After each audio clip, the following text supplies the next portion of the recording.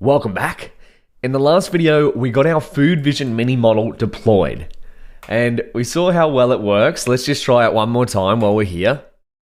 There's the photo, Pizza Dad, we've been testing all throughout the course. So let's see. I love this anticipation moment. How's our model going to go? Remember, a lot of this is due to the fact we had to upload the image. There we go. Pizza, beautiful. We see the actual prediction time is quite quick. So what do we do now? Well, if you shared this with a friend, they could of course try it, but the classifier is only going to work on images of pizza, steak, or sushi. And so this is Food Vision Mini, and where did this dataset originally come from? Well, of course, it's a subset of Food 101.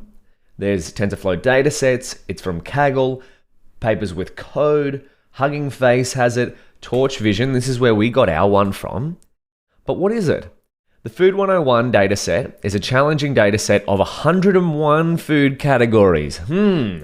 So we're only using 3 out of 101 categories. So while we're here and while we've got such good momentum, how about we step things up a notch? So this is the surprise I hinted at right at the start of the course, of this section that is, model deployment. Let's create Food Vision Big. And Food Vision Big is, well, Food Vision Mini works well with 3 classes: pizza, steak, sushi. So all of our experimenting is paying off.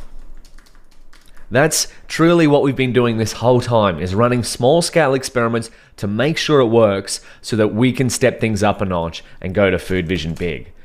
So let's step things up a notch and make Food Vision Big using all of the Food 101 classes. This is going to be our biggest model of the whole course.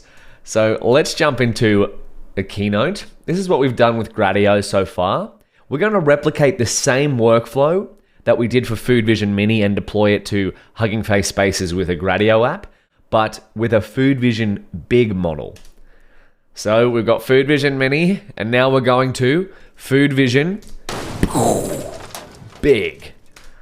So of course, Food Vision Mini uses 3 classes, and we've seen it to work quite well with our FNetB2 feature extractor model.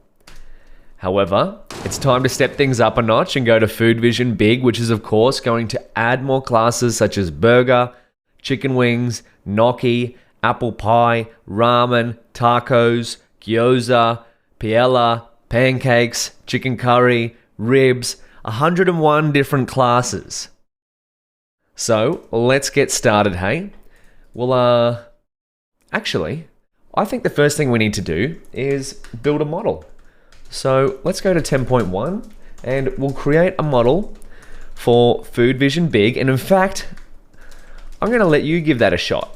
Plus transforms. So we've already got, let's use our FNetB2 feature extractor. But if we've got 101 different classes and we come up here to our function for creating an FNetB2 feature extractor in 3.1, we used this function to create a model for Food Vision Mini, which created a model with 3 classes. So if now we're working towards creating a model with 101 classes, how would we use our function create FNetB2 model for creating a model that's capable of fitting on 101 classes? So I'll let you give that a shot, and in the next video, we're going to create Food Vision Big, our biggest model yet, together. I'll see you there.